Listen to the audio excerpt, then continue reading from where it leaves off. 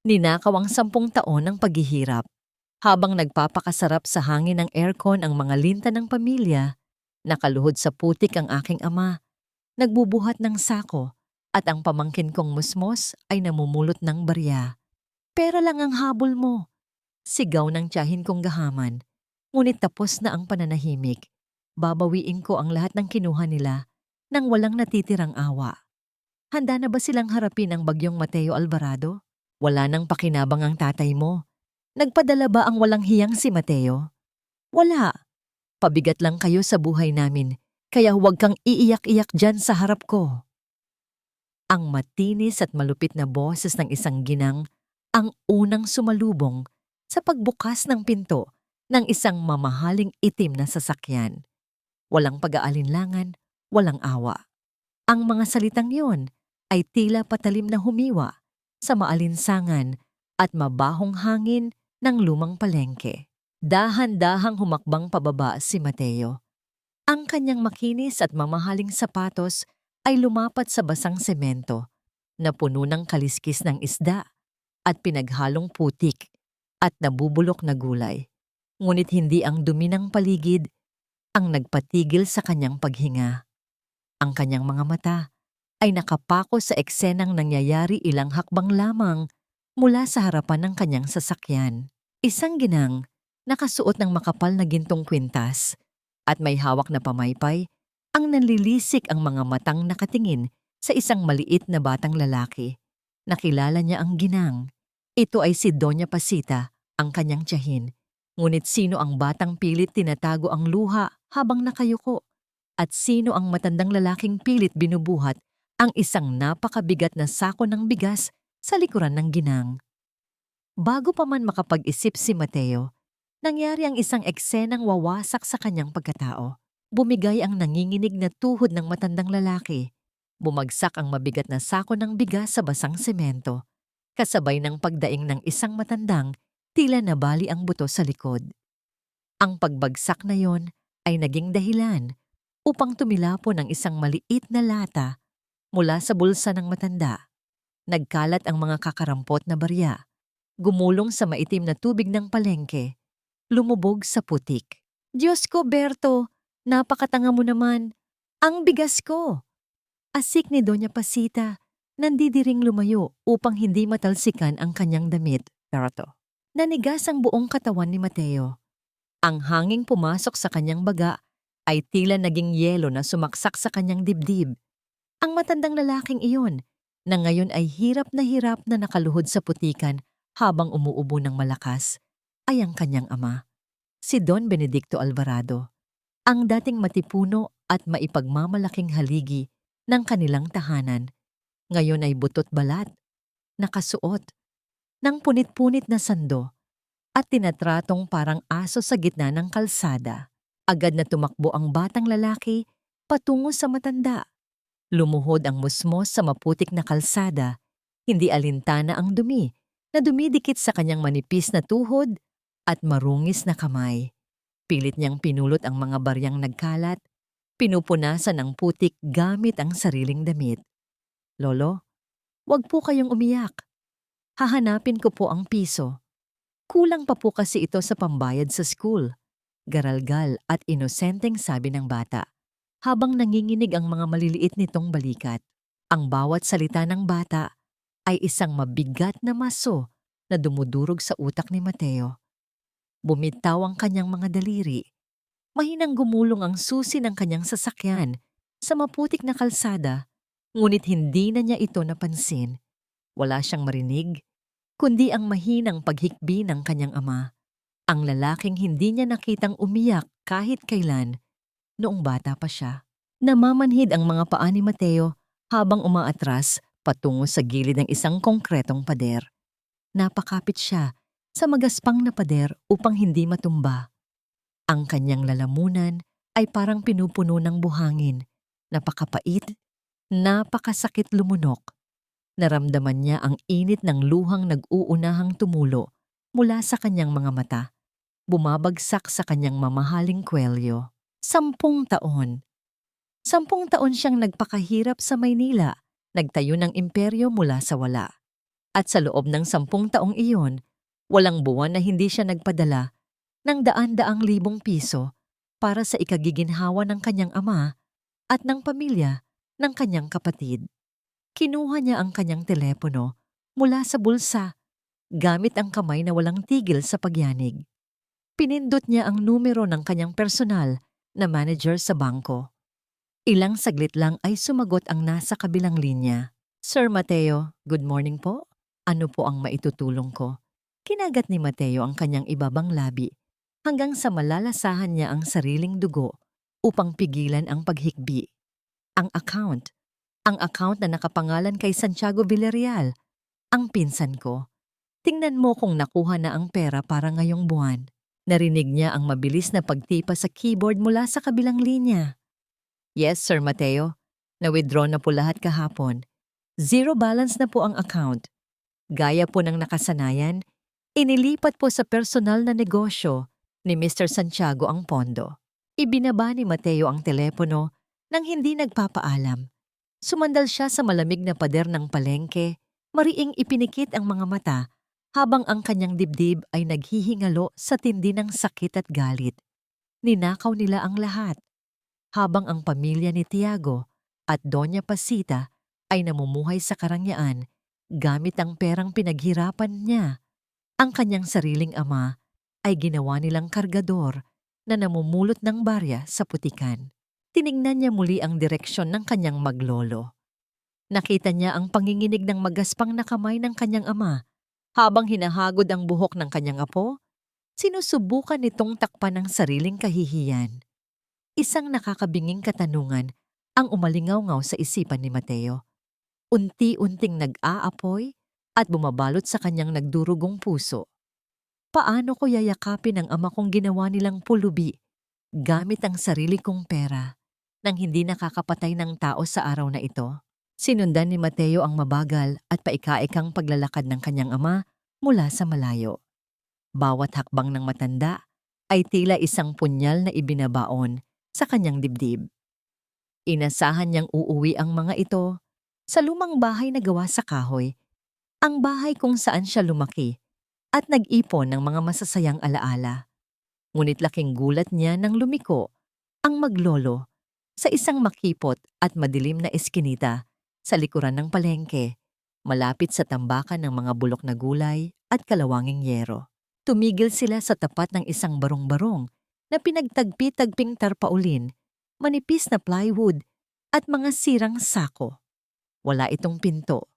Tanging isang kupas na kumot lamang ang nagsisilbing harang sa labas. Bago tuluyang pumasok ang dalawa, may isang bagay na pumukaw sa paningin ni Mateo sa ibabaw ng basag na sementong hakbang. Isang pares ng sapatos ng bata. Pudpud na ang swelas, butas ang unahan, at ang nakangangang bibig ng sapatos ay pilit lamang pinagdikit gamit ang mga makakapal na goma na pinulupot ng paulit-ulit. Nanghina ang mga tuhod ni Mateo habang tinititigan ang sapatos na yon. Ang kanyang pamangkin, ang nag-iisang anak ng kanyang yumaong kapatid, ay pumapasok sa eskwela nang may nakakaawang kalagayan habang siya ay nagbabayad ng daan-daang libo para sa mga mamahaling hapunan sa Maynila. Huminga siya ng malalim upang pigilan ang pagbuhos ng kanyang luha. Tinapang niya ang kanyang sarili at mabagal na lumapit. Kumatok siya sa marupok na hamba ng pintuan. Gumalaw ang kupas na kumot at iniluwan nito ang nakukubang bulto ni Don Berto. Nang magtama ang kanilang mga paningin, nakita ni Mateo ang mabilis na pagdaan ng gulat sa mga mata ng kanyang ama. Ngunit sa isang iglap, ang gulat na yon ay napalitan ng isang malamig, matigas at walang buhay na titig. Isang titig na hindi ibinibigay sa isang anak, kundi sa isang kaaway. Tatay. Garalgal ang boses ni Mateo. Dahan-dahan niyang iniangat ang kanyang mga nanginginig na kamay upang yakapin ang ama na 11 taon niyang hindi nakita. Subalit umurong si Don Berto. Ang paghakbang ng matanda palayo ay tila isang napakalakas na sampal na yumanig sa buong pagkatao ni Mateo. Bakit ka pa bumalik? Malamig, walang emosyon, at tila yelo ang bawat salitang lumabas sa namumutlang labi ng matanda. Para makita kung buhay pa ang matandang pabigat na iniwan mo? O baka gusto mong siguraduhin na naghihirap kami para masabi mong tama ang ginawa mong paglayo? Tatay, hindi po totoo yan. Wala akong intensyon na pabayaan kayo. Nagpapadala po ako ng hindi natapos ni Mateo ang kanyang sasabihin nang biglang sumilip mula sa likuran ni Don Berto si Nico. Ang maliliit na kamay ng bata ay mahigpit na nakakapit sa punit na sando ng kanyang lolo. Ginagawa itong pananggalang. Ang mga mata ni Nico ay punong-puno ng galit at pagkamuhi habang nakatingin kay Mateo. Tila isang mabangis na tuta na handang kagati ng sinumang mananakit sa kanyang nag-iisang tagapagtanggol. Ang tingin na yon mula sa sarili niyang kadugo ay unti-unting pumatay sa natitirang lakas ni Mateo. Bago pa man maipaliwanag ni Mateo ang katotohanan tungkol sa pera, isang malakas at pamilyar na boses ang pumunit sa tensyon. Mateo, pinsan, nandito ka na pala. Isang lalaking nakasuot ng malinis na polo shirt, may makintab na relo at amoy mamahaling pabango ang biglang sumulpot mula sa likuran ni Mateo. Si Tiago. Mahigpit siyang niyakap nito, pilit at may halong panggigigil na tila pinipigilan ang mga braso ni Mateo na gumalaw. Ang malakas na tawa ni Tiago ay umaalingaw-ngaw sa eskinita, isang mapagkunwaring saya na nagpakulo sa dugo ni Mateo. Ngunit ang hindi nakita ni Mateo sa mga sandaling iyon ay ang patagong senyas ni Tiago. Isang matalim na pag-iling at nanlilisik na tingin ang ibinato ni Tiago kay Don Berto. Isang tahimik na pananakot na nagpapahiwatig ng panganib. Yumuko ang matanda. Tila isang aliping sumusuko sa kanyang amo. Hinatak ni Don Berto si Nico, papasok sa barong-barong at walang pasabing ibinaba ang kupas na kumot. Isinasara ang kanilang mundo mula kay Mateo. Naiwang nakatayo si Mateo sa labas, basag at nag-iisa. Bago pa siya makapalag, mahigpit na hinawakan ni Tiago ang kanyang braso at hinatak siya palayo, patungo sa isang madilim na sulok ng eskinita, malayo sa pandinig ng iba. Nawala ang peking ngiti sa mukha ni Tiago. Pinalitan ito ng isang malamig at mapanuyang anyo. "Huwag mo na silang guluhin, Mateo," bulong ni Tiago. Ang boses ay puno ng kamandag. "Galit na galit sa iyo ang tatay mo dahil sa ginawa mong pag-abandona sa kanila. Ayaw ka na niyang makita. Ako na ang bahala sa kanila. Umuwi ka na sa Maynila bago pa lumala ang sitwasyon at bago ka pa mapahiya rito." Habang pinagmamasdan ni Mateo ang pekeng awa sa mata ng kanyang pinsan, unti-unting luminaw ang lahat. Ang ahas na sumira sa kanyang pamilya ay hindi nakatago sa damuhan, kundi nakatayo mismo sa kanyang harapan, nakangiti, at nagkukunwaring tagapagligtas. Mabigat ang mga paa ni Mateo habang naglalakad sa maputik na daan patungo sa pampublikong sementeryo ng bayan. Wala siyang dalang payong at ang pinong ambon ay unti-unting bumabasa sa kanyang mamahaling damit.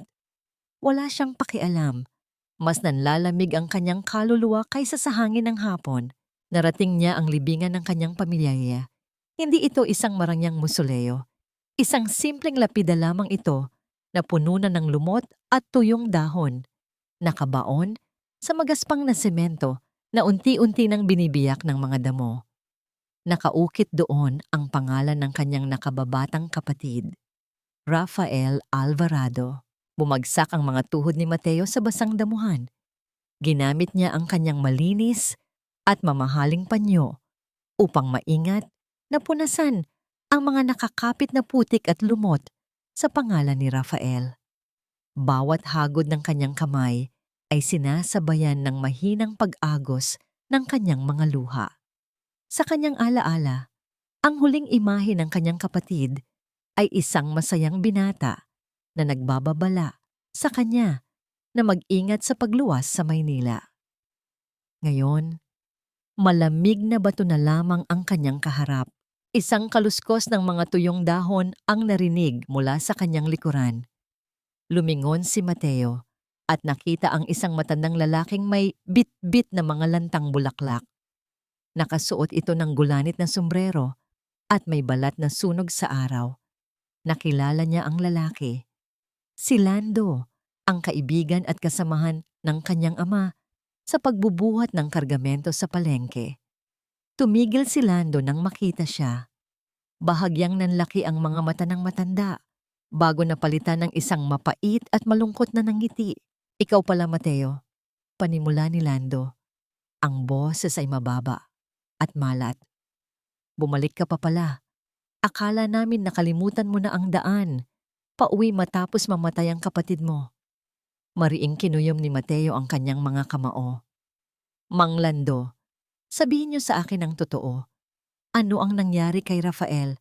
Bakit biglaan ang pagkamatay niya? Nang umalis ako, napakalakas niya. Wala siyang sakit. Bumuntong hininga si Lando. Inilapag ang mga dalang bulaklak sa gilid ng isang nicho. Tumingin ito sa kalangitan na unti-unting dumidilim.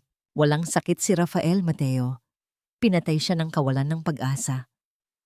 Panimula ni Lando, at ang bawat salita nito ay tila kumakatok sa kaluluwa ni Mateo. Noong taon na yon, tinamaan ng matinding pulmonya ang tatay mo. Walang-wala silang pambili ng gamot. Nagmamakaawa si Rafael kay Doña Pasita. Hinihingi niya ang tulong na galing raw sa'yo, kung meron man. Pero ang sabi ng tiyahin mo at ng pinsan mong si Tiago, wala ka raw ipinadala ni isang kusing. Kinalimutan mo na raw sila dahil sikat ka na sa Maynila. Nahigit ni Mateo ang kanyang hininga. Ang paratang na yon ay isang matalim na sibat na tumusok sa kanyang dibdib. Dahil sa takot na mamatay ang tatay mo nang walang gamot, napilitan si Rafael na sumama sa mga nagpupuslit ng tubo sa kalagitnaan ng gabi. Bawal ang biyaheng iyon. Delikado, madulas ang kalsada at madilim ang bangin sa bundok ng Kanlaon. Pero kailangan niya ng pera. Kailangan niyang buhayin ang ama niyo dahil inakala niyang tinalikuran niyo na sila. Huminto si Lando, pinupunasan ang namumuong luha sa mata gamit ang likod ng kanyang kamay. Nawala ng preno ang truck. Nahulog sila sa bangin.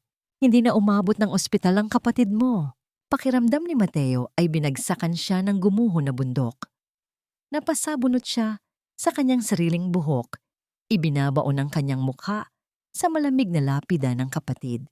Isang mahaba, paos, at nakakabinging iyak ang kumawala sa kanyang lalamunan. Ang perang ipinapadala niya kada buwan ay sapat upang ipagamot ang kanyang ama sa pinakamagandang ospital sa probinsya. Sapat iyon upang hindi na kailangang magbuwis ng buhay ang kanyang kapatid sa isang mapanganib na biyahe. Namatay si Rafael dahil sa kasakiman ng ibang tao at nabubuhay siya ngayon sa karangyaan habang ang dugo ng kanyang pamilya ang ginamit na puhunan ng mga linta. Tumayo si Mateo. Ang mga luha sa kanyang mga mata ay natuyo, napalitan ng isang umaalab na apoy ng galit at paghihiganti na pilit niyang ikinukubli. Walang makakapigil sa kanya ngayon. Hindi siya titigil hanggang hindi niya nakikita ang mga taong gumawa nito na gumagapang sa putik. Ngunit ang unang hakbang ay katibayan. Kailangan niya ng ebidensya. Dali-dali siyang sumakay sa kanyang sasakyan at nagtungo sa nag-iisang bangko sa bayan. Pumasok siya. Basa at magulo ang buhok, ngunit taglay ang awtoridad ng isang taong hindi sanay na tinatanggihan. Dumiretso siya sa opisina ng branch manager, isang babaeng may makapal na makeup na kilala niyang kaibigan at kasosyo ng kanyang tiyahin sa mga negosyo. Ipinatong ni Mateo ang magkabilang kamay sa mesa ng manager, mariin at naguutos. Kailangan ko ang lahat ng bank statements ng account na nakapangalan kay Benedicto Alvarado at ang withdrawal history ni Santiago Villarreal sa nakalipas na 10 taon. Gusto ko ring makita ang CCTV footage ng mga nag-withdraw doon nitong huling 3 buwan. Tiningnan siya ng manager mula ulo hanggang paa. Isang palihim na pagngisi ang sumilay sa labi nito. Isinara ng babae ang folder sa kanyang harapan nang may banayad na kayabangan. I'm sorry, Mr. Alvarado. Alam ko kung sino ka at gaano ka kayaman sa Maynila. Ngunit nandito ka sa bayan namin. Confidential po ang hinihingi ninyo. Hindi ako pwedeng maglabas ng ganyang impormasyon nang walang court order o personal na pahintulot ni Mr. Santiago Villarreal. Utos iyon ng batas.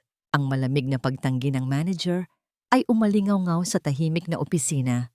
Nakita ni Mateo ang isang pamilyar na pangalan sa isang envelope na nakapatong sa mesa ng manager. Ang logo ng kumpanya ng kanyang tiyahin. Unti-unting napagtanto ni Mateo na ang kalaban niya ay hindi lang isang tao, kundi isang buong sistema ng kasakiman na nakabalot sa buong bayan. Mainit at maalinsangan ng hangin kinabukasan. Ipinarking ni Mateo ang kanyang sasakyan sa ilalim ng isang malaking puno ng mangga. Ilang hakbang mula sa kalawanging gate ng pampublikong paaralan ng bayan. Nais niyang makita si Nico. Kailangan niyang makabuo ng koneksyon sa kanyang pamangkin. Kahit gaano pa kahirap basagin ang pader na itinayo ng kasinungalingan ng kanyang mga kamag-anak. Mula sa kanyang kinatatayuan, tanaw niya ang malawak, ngunit maalikabok na palaruan. Wala pang klase, kaya nagtatakbuhan ang mga bata. Ngunit ang kanyang mga mata ay dumapo kay Nico na nakaupo mag-isa sa isang sirang sementadong upuan sa ilalim ng puno ng nara. Nakayuko ang bata. Pilit itinatago ang kanyang lumang sapatos habang ilang hakbang mula sa kanya ay may isang grupo ng mga nakatatandang mag-aaral na nagtatawanan at nakaturo sa kanya. Kahit malayo, rinig na rinig ni Mateo ang pangaasar. Hoy batang pulubi, bakit hindi ka pa nagbabayad ng kontribusyon para sa project natin? Ang yaman-yaman daw ng tito mo sa Maynila, pero bakit amoy isda pa rin ang baon mo? Baka naman itinapon na kayo, kaya sa palengke na kayo nakatira. Ang mahihinang tawa ng mga bata ay tila mga punyal na tumutusok sa balat ni Mateo. Nakita niya ang panginginig ng mga balikat ni Nico, ang pagyukom ng maliliit nitong kamao, ngunit nanatiling nakayuko at walang kibo ang bata. Sanay na sa panlalait. Bumulwak ang dugo ni Mateo. Bubuksan na sana niya ang pinto ng sasakyan, handang lumabas at gumamit ng pera para patahimikin ang mga nanlait sa kanyang kadugo. Ngunit bago pa niya mailapat ang kanyang sapatos sa lupa, isang babae ang mabilis na humakbang palapit kay Nico. Isang babaeng nakasuot ng simpleng uniforme ng guro. Ang kanyang mahabang buhok ay nakatali ng payak, ngunit ang kanyang tindig ay nagpapahiwatig ng tapang at awtoridad na hindi mapasusubalian. Si Flora Salazar. Sa halip na sigawan ang mga batang nanunukso, banayad at matatag na tumayo si Flora sa pagitan ng mga ito at ni Nico. Tiningnan niya ang mga nanunukso nang may malamig na seryoso sa mukha. Hindi masusukat sa halaga ng sapatos o bango ng baon ang halaga ng isang tao. Ang panlalait sa kapwa ay nagpapakita lang kung gaano kahirap ang inyong mga puso. Bumalik na kayo sa inyong mga silid. Nang magsiuwian ang mga bata, unti-unting lumuhod si Flora sa harapan ni Nico. Maingat niyang inayos ang nakatuping kwelyo ng luma at kupas na uniforme ng bata. Kumuha siya ng isang malinis na panyo mula sa kanyang bulsa at marahang pinunasan ang mantsa ng alikabok sa pisngi ni Nico. Isang simpleng kilos ng pag-aruga na hindi kailanman naramdaman ni Nico mula kay Doña Pasita o kay Tiago. Pabigla-biglang lumabas si Mateo mula sa kanyang sasakyan. Humakbang siya palapit. Ang presensya niya ay nagdadala ng bigat. Kinapa niya ang kanyang bulsa at inilabas ang isang makapal na bungkos ng pera. Inabot niya ito kay Flora, hindi makatingin ng diretso kay Nico. Bayaran mo ang lahat ng utang niya. Contribution, tuition, kahit anong kailangan niya. Pati ang mga nanlait sa kanya, bilhan mo ng bagong gamit para tumahimik sila. Mariin at may halong inis na utos ni Mateo. Tiningnan ni Flora ang pera. Pagkatapos, itinaas niya ang kanyang paningin kay Mateo. Walang paghanga sa kanyang mga mata. Walang pagkamangha sa dami ng pera na hawak ng lalaki.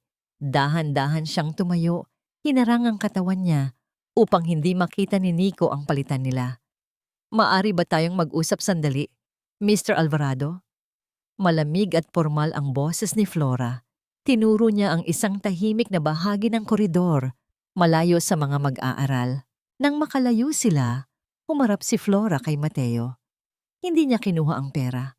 Sa halip tumingin siya ng diretso sa mata ng matagumpay na negosyante, hindi natitinag.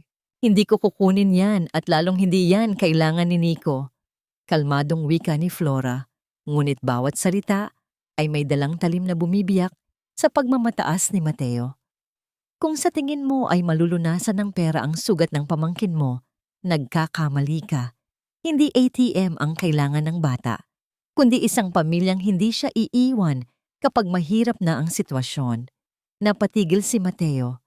Wala pang sinumang tao sa kanyang buhay ang nangahas na tanggihan ang kanyang pera at pagsabihan siya ng harapan.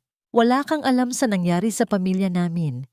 Mahina, ngunit may diin na sagot ni Mateo. Ang kanyang panga ay nag-igting, sinusubukang itago ang sugat na muling bumuka. Hindi ko sila iniwan. Hindi. Bumuntong hininga si Flora. Ang tigas sa kanyang mga mata ay bahagyang lumambot, napalitan ng isang malalim na pag-unawa. Tumingin siya kay Nico na ngayon ay tahimik na nagbubuklat ng lumang libro. Kung gayon, patunayan mo Mateo, hindi sa pamamagitan ng pagbili ng kanilang katahimikan, kundi sa pag-unawa sa kanilang pinagdaanan. 10 taon silang inalipin ng utang na loob na hindi naman totoo. 10 taon nilang nilunok ang pangiinsulto ng mga taong nagpapakain sa kanila dahil inakala nilang tinalikuran mo sila. Hindi yon mababawi ng isang bungkos ng salapi. Nakatulala si Mateo habang pinapanood ang pagtalikod ni Flora. Bumalik ito sa tabi ni Nico, naglabas ng 2 candy mula sa bulsa at ibinigay ang isa sa bata. Isang matamis at maamong na ngiti ang sumilay sa labi ng bata habang kinukuha ang candy. Ang ngiting iyon ay isang kayamanang hindi mabili ng lahat ng pera ni Mateo sa bangko. Naramdaman ni Mateo ang matinding kahihiyan. Ang babaeng ito, isang simpleng guro sa isang malayong bayan, ay nakita ang kahungkagan ng kanyang pamamaraan. Hindi pera ang makakasagip sa kanyang pamilya, kundi ang presensya, ang katotohanan. Bago pa man siya makagawa ng hakbang pabalik, isang maliit na katawan ang biglang bumagsak sa semento. Nico! Ang boses ni Flora ay napuno ng matinding sindak. Lumingon si Mateo. Nakita niya si Nico na nakahandusay sa lupa. Walang malay at namumutla ang labi. Binitawan niya ang lahat ng perang hawak niya. Hinayaan niyang liparin ng hangin ang mga libu-libong piso habang nagmamadali siyang tumakbo patungo sa kanyang pamangkin. Ang puso ay kumakabog ng napakalakas na tila sasabog ang kanyang dibdib. Amoy ng matapang na kemikal, gamot, at kalungkutan ang sumalubong kay Mateo pagpasok niya sa pampublikong ospital ng bayan. Buhat-buhat niya ang walang malay na si Nico. Ang kanyang puting mamahaling polo ay nabahira ng putik mula sa sapatos ng bata at pawis ng kanyang matinding pag-aalala. Nakasunod sa kanya si Flora, bakas din sa muka ang kaba habang inaalalayan ng naghihingalong bata. Hindi sanay si Mateo sa ganitong klaseng pasilidad. Masikip, mainit at kulang sa kagamitan. Agad niyang hinarap ang isang nurse na nag-aayos ng mga dextrose. Ipasok niyo siya sa pinakamagandang VIP room. Tatawagin ko ang pinakamagaling na pediatrician sa probinsya. Ako ang magbabayad ng lahat. Gawin niyo na ngayon. Utos ni Mateo, inilalabas ang kanyang platinum credit card habang nanginginig ang kanyang mga daliri. Bago pa man makasagot ang nurse, bumukas ang lumang pinto ng ward. Isang pamilyar at nanlilisik na boses ang pumunit sa tensyon ng silid. Diyos ko, Berto, tingnan mo kung sino ang nandito. Ang mabuting anak na nagbalik matapos tayong kalimutan at itapon na parang basura. Pumasok si Doña Pasita, nagpupunas ng mga matang walang luha, gamit ang isang bordadong panyo. Umaarte na tila isang martir na labis na nasasaktan. Nakasunod sa kanya si Tiago, na umaalalay sa hirap na hirap, at humihikbing si Don Berto, na nigas ang buong katawan ni Mateo. Tinawid ni Pasita ang silid At walang habas na dinuro si Mateo sa harap ng mga nurse, pasyente, at mismong sa harap ng kanyang ama. Ngayon ka lang magpapakita kung kailan nag-aagaw buhay na ang pamangkin mo? Malakas na bulyaw ng ginang, tinitiyak na maririnig ng lahat ang kanyang linyada. 10 taon, Mateo. 10 taon kaming nagpakain sa kanila. Kami ang nagbihis, kami ang nag-alaga ng mamatayang kapatid mo habang ikaw ay nagpapakasarap sa Maynila at walang pakialam kung buhay pa ba ang ama mo. Umawang ang labi ni Mateo sa tindi ng pagkabigla. Ang kapal ng mukha ng babaeng ito na ang kini ng kabutihan habang nilulustay ang sariling pera ni Mateo ay sapat na upang sumabog ang kanyang utak. Hindi totoo yan, tiya. Garalgal ngunit mariing sagot ni Mateo, humakbang palapit sa kanyang ama. Tatay, maniwala po kayo sa akin. Buwan-buwan akong nagpapadala ng pera para sa inyo. Buwan-buwan, si Tiago ang kumukuha sa bangko. Hindi na niya natapos ang kanyang sasabihin dahil mabilis na pumagitna si Tiago. Umaakto bilang isang matapang na tagapagtanggol. Hinawakan ni Tiago si Don Berto at hinarap si Mateo ng may nanlilisik na mga mata at pagkamuhi na balot sa pagkukunwari. Pera? Anong pera, Mateo? Sigaw ni Tiago na halos lumuwa ang mga ugat sa leeg. Binasag mo na nga ang puso ng tatay mo nung umalis ka. Ngayon gagawa ka pa ng kwento para pagtakpan ang kawalang hiyaan mo. Huwag mo kaming gawing tanga. Wala kang ipinadala kahit 1 sentimo. Pinabayaan mo sila. Tumingin si Mateo sa kanyang ama, naghihintay na kahit paano ay may makitang pagdududa sa mga mata nito. Ngunit ang nakita niya ay tuluyang dumurog sa kanyang kaluluwa. Umiiyak si Don Berto, ngunit hindi nakatingin kay Mateo. Nakatingin ang matanda kay Doña Pasita. Sa isang eksenang hindi kailanman mabubura sa isipan ni Mateo, unti-unting iniangat ng kanyang ama ang nanginginig at magaspang nitong kamay. Mahigpit na hinawakan ng matanda ang laylayan ng mamahaling damit ni Pasita na tila isang aliping kumakapit sa kanyang Panginoon dahil sa matinding utang na loob. Nawala na ang lahat ng dangal ng dating matipunong haligi ng tahanan. Siya ngayon ay isang matandang bulag na nakakulong sa rehas ng kasinungalingan. Umalis ka. Mahina, basag, ngunit matalim na utos ni Don Berto habang walang patid ang pagtulo ng luha. Wala akong anak na katulad mo. Sila ang nagbuhay sa amin. Sila ang pamilya ko ngayon. Huwag mo na kaming guluhin pa. Pakiramdam ni Mateo ay sinaksak siya ng paulit-ulit at inikot ang kutsilyo sa loob ng kanyang dibdib. Habang nakatayo siyang parang estatwang nawalan ng buhay, hindi niya napansin ang mabilis at patagong paghuhugot ni Pasita ng isang nakatuping papel at ballpen mula sa kanyang mamahaling bag. Nang may malambing at mapagkunwaring tinig, bumulong si Pasita sa tainga ni Berto.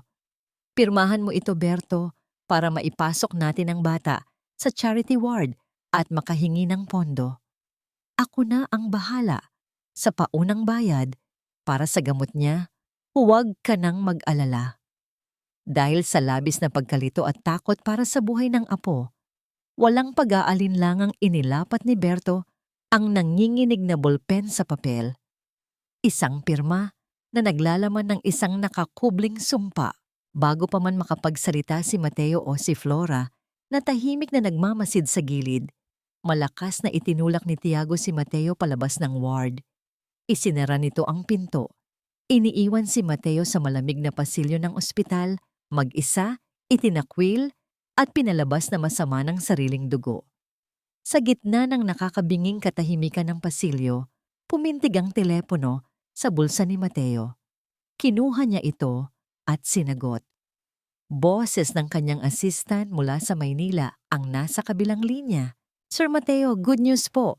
Na-approve na po ang pagbili natin sa lupa ng palengke. Na-check ko na rin po ang titulo. Nakapangalan po ang buong ektarya kay Doña Pasita Villarreal. Ready na po ang kontrata para sa pirma nyo upang mabili natin ang ari-arian niya. Tila tumigil ang pag-ikot ng mundo ni Mateo. Ang lupang binabagsakan ng pawis at dugo ng kanyang ama sa araw-araw. ay pagmamay-ari ng taong nagnakaw ng kanyang pera. Pinakinabangan nila ang kanyang padala para yumaman at ginawang kargador ang kanyang ama sa sarili nilang teritoryo. Unti-unting nag-angat ng tingin si Mateo, nakatitig sa nakasarang pinto ng ward. Nawala ang sakit at luha sa kanyang mga mata. Pinalitan ito ng isang malamig, tahimik at nakamamatay na galit. 3 araw na ang lumipas, mahina na ang sikat ng araw at unti-unti nang bumabalot ang dapit hapon sa maliit na bayan ng Negros Occidental. Tahimik na nakatayo si Mateo sa labas ng pinto ng ward. Hindi na siya umuwi sa Maynila. Hindi rin siya bumalik sa kanyang mamahaling sasakyan. Nagsuot lamang siya ng simpleng itim na jacket, iniiwasan ng atensyon, habang tahimik na nagmamasid mula sa anino ng pasilyo ng ospital. Tanaw niya sa maliit na bintana ng pinto si Nico. Gising na ang bata. Nakaupo ito sa kama, mahinang humihigop ng mainit na sabaw na inihanda ni Flora. Wala roon si Berto dahil pinilit itong umuwi ni Tiago para magpahinga o mas malamang upang ilayo sa pamangkin. Huminga ng malalim si Mateo. Sa kanyang panginginig na kamay, hawak niya ang isang maliit na bagay. Hindi ito isang laruang robot na nagkakahalaga ng libu-libong piso, kundi isang simpleng trak-trakan na gawa sa kahoy. May mga gulong na nililok mula sa matigas na sanga at may bahid pa ng lumang pintura.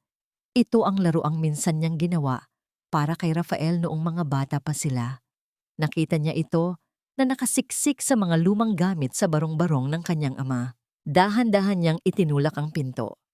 Lumingon si Flora at bahagyang ngumiti nang makita siya, ngunit agad na umatras ng ilang hakbang upang bigyan siya ng espasyo.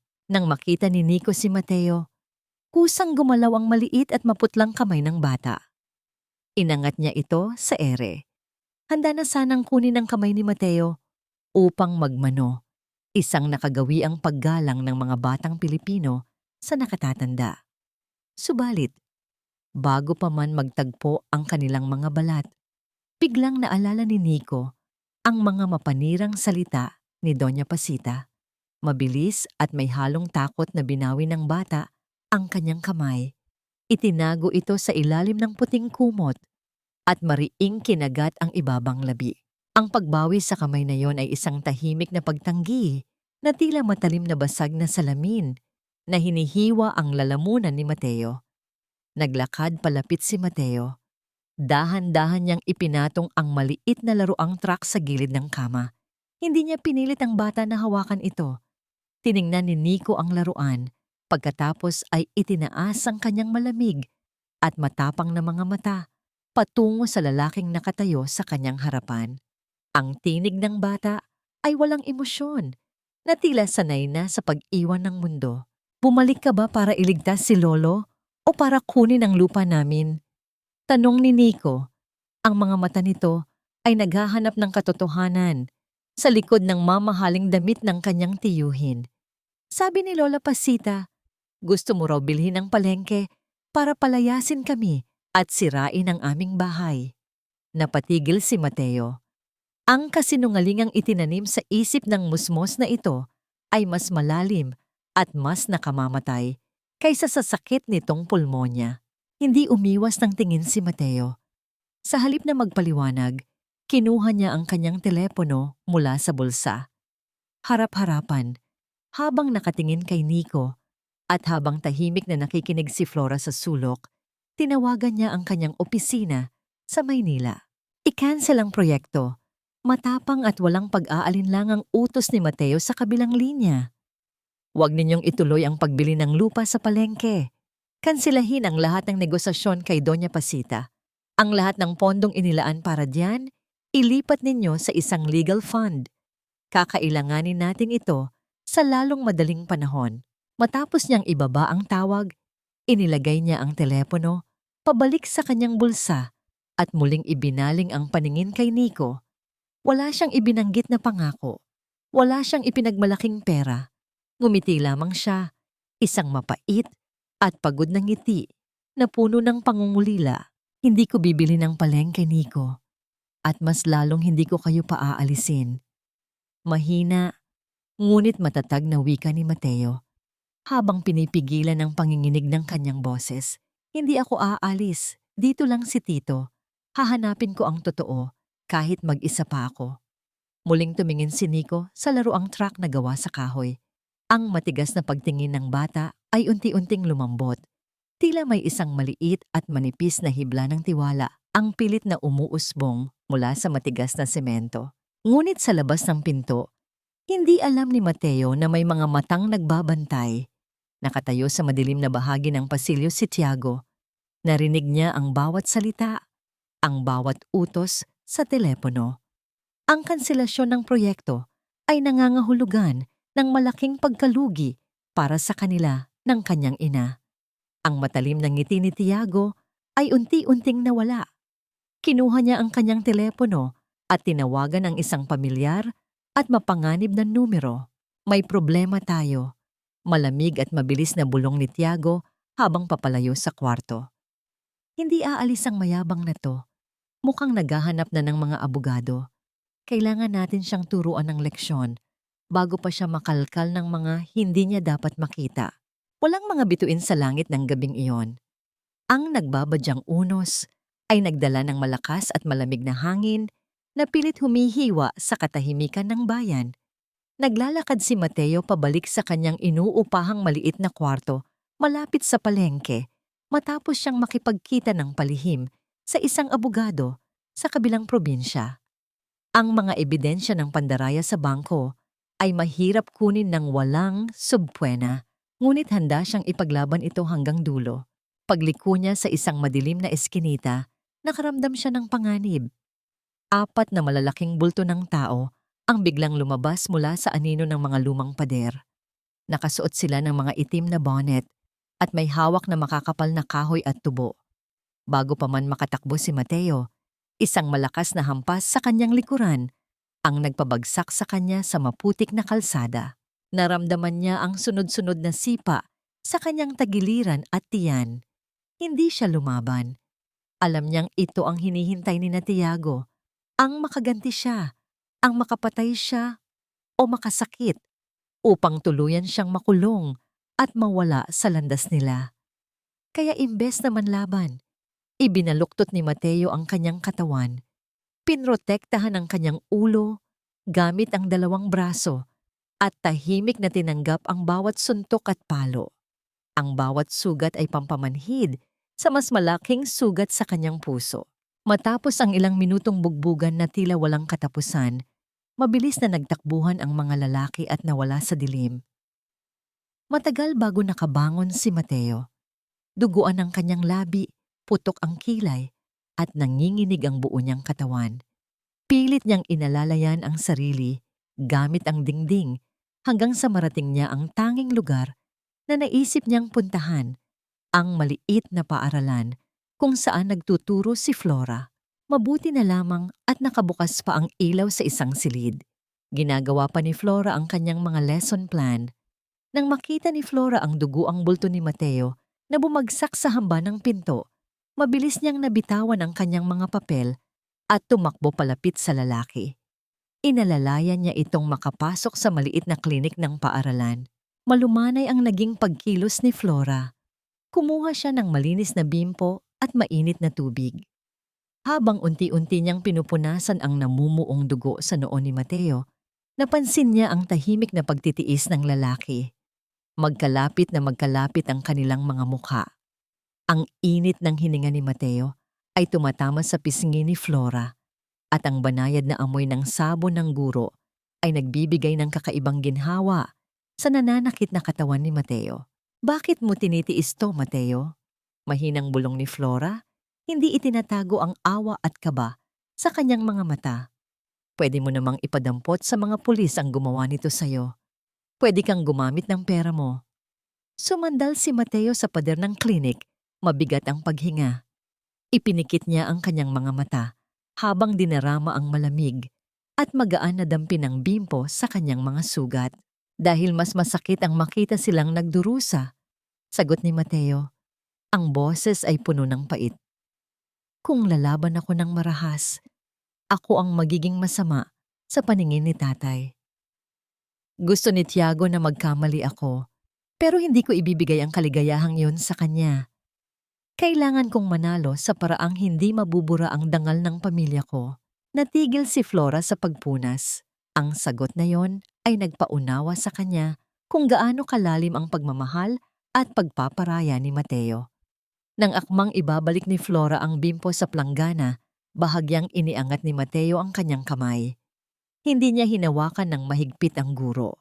Ipinatong lamang niya ang dulo ng kanyang nanginginig at magaspang na daliri sa likod ng malambot na kamay ni Flora. Isang simpleng pagdampi. Walang mali siya. Ngunit sa maliit na espasyong yon na punong-puno ng tahimik na ulan at kalungkutan, ang paghaplos na yon ay isang taos-pusong pasasalamat. Isang pag-amin ng pangangailangan. Naramdaman ni Flora ang init na gumapang sa kanyang dibdib, isang damdamin na matagal na niyang ibinaon. Tulungan mo ako, Flora. Pakiusap ni Mateo, ang mga matay nagniningning dahil sa luha. Sabi mo kilala mo ang lahat ng tao sa palengke. Sino ang taong maaaring makapagpatunay na hindi ako nakalimot? Tumango si Flora at dahan-dahang binawi ang kanyang kamay nang may paggalang. Si Aling Nena. Siya ang may pinakamalaking pwesto ng isda at pinakamatagal na sa palengke. Noong nabubuhay pa si Rafael, minsan niyang ipinakita kay Aling Nena ang isang resibo mula sa bangko. Isang pruweba ng padala mo na tinangkang itago ni Tiago. Nabuhayan ng pag-asa si Mateo. Ngunit ang pag-asang yon ay hindi nagtagal. Kinaumagahan, bago pa man sumikat ang araw, isang malakas at nakakapasong amoy ng usok ang gumising sa buong bayan. Tumakbo si Mateo patungo sa palengke at nakita ang isang malaking bahagi ng hilera ng mga tindahan na nilalamon ng apoy. Ang pwesto ng isda ni Aling Nena ang pinagmulan ng sunog at ito ngayon ay isa ng tumpok ng maitim at mainit na abo. Lumuha si Aling Nena habang nakaluhod sa harapan ng kanyang nasunog na kabuhayan at sa di kalayuan, nakita ni Mateo si Tiago na nakatayo, naninigarilyo at tahimik na ngumingiti habang pinapanood ang apoy na tumutupok sa nag-iisang ebidensya ng kanyang kasalanan. 2 linggo mula nang masunog ang pwesto ni Aling Nena. Unti-unting lumalakas si Nico matapos makalabas ng ospital. Dahil patuloy ang pagmamanman ng mga tauhan ni Tiago sa bawat galaw ni Mateo, kinailangan niyang mag-isip ng ibang paraan.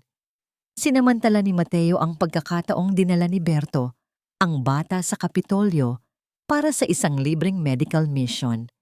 Walang tao sa lumang barong-barong ng maglolo. Ginamit ni Mateo ang natitirang susi na nakatago sa ilalim ng isang paso upang makapasok. Ang sikip at alikabok ng kwarto ay nagpaalala sa kanya kung gaano kahirap ang buhay na dinanas ng kanyang ama. Sinimulan niyang halughugin ang mga lumang kahon, umaasang may naiwan pang bakas ng nakaraan. Matapos ang halos 1 oras ng paghahanap na walang nakita, naupo si Mateo sa gilid ng lumang papag na gawa sa kahoy. Napansin niyang ang isang bahagi ng sahig sa ilalim ng kama ay tila hindi pantay. May manipis na siwang sa pagitan ng mga bulok na tabla. Ginamit niya ang kanyang mga daliri upang dahan-dahang angatin ang kahoy. Sa ilalim nito, natatakpan ng makapal na alikabok at sapot ng gagamba ay isang kinalawang na lata ng biskuit. Kabadong kinuha ito ni Mateo. Nanginginig ang kanyang mga kamay habang pilit niyang binubuksan ang mahigpit na takip. Nang bumigay ang lata, bumungad sa kanya ang isang lumang kwaderno. Kupas na ang pabalat at naninilaw na ang mga pahina. Pamilyar ang sulat kamay. Sulat ito ng kanyang kapatid, ni Rafael. Sinimulan ni Mateo na basahin ang mga pahina. Ang bawat salita ay bumabayo sa kanyang dibdib nang may saktong bigat at hapdi. Kuya Mateo, kung mababasa mo man ito, patawarin mo ako. Alam kong nagpapadala ka. Nalaman ko ang totoo nang minsan kong makita ang isang resibo sa bulsa ni Tiago. Pero hindi ko masabi kay tatay. Binantaan ako ni Tiago. Sabi niya, may hawak siyang pekeng titulo ng utang na may pirma ni tatay. Kung magsasalita ako, Ipapakulong niya ang ating ama at kukunin ni Lola Pasita si Nico. Wala akong laban sa kanila, kuya. Bumilis ang paghinga ni Mateo. Basang-basa ang kanyang mukha sa walang tigil na pagluha. Pinihit niya sa pinakahuling pahina. Ang papel ay may natuyong mantsa ng dugo at bakas ng luhang matagal nang natuyo. Kailangan kong bumiyahe ngayong gabi. Ubo na ng ubo si tatay at ubos na ang bigas natin. Bawal at mapanganib ang ruta, pero wala na akong ibang paraan para makahanap ng pera para sa gamot niya nang hindi nanghihingi sa mga linta. Kung may mangyari man sa akin, alagaan mo si tatay at si Nico, kuya. Patawad, Kuya Mateo, hanggang dito na lang ang kaya ko. Tila pinunit ang kaluluwa ni Mateo. Bumagsak siya sa maduming sahig ng barong-barong, yakap-yakap ng mahigpit ang kwaderno.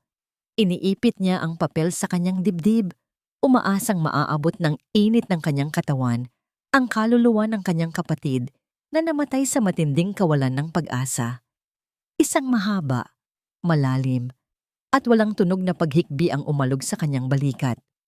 Bawat patak ng kanyang luha ay singbigat ng 10 taong pagsisisi. Namatay ang kapatid niya upang protektahan ang kanilang ama mula sa kasakiman ng sarili nilang dugo. Hindi niya namalayang nakatayo na pala si Flora sa pintuan. Pinuntahan siya ng guro upang ibigay ang ilang lumang dokumento mula sa eskwelahan ni Nico na maaring makatulong. Nang makita niya si Mateo na nakakuyom sa sahig na parang isang batang nawawala, hindi na siya nagtanong. Tahimik na lumapit si Flora. Lumuhod siya sa malamig at maalikabok na sahig. Hindi alintana ang pagdumi ng kanyang kasuotan. Ibinalot niya ang kanyang mga bisig sa nanginginig na balikat ni Mateo. Hindi siya nagsalita upang magbigay ng pekeng pampalubag loob. Hinayaan lamang niyang ibuhos ni Mateo ang lahat ng pait, galit at pangungulila sa kanyang balikat.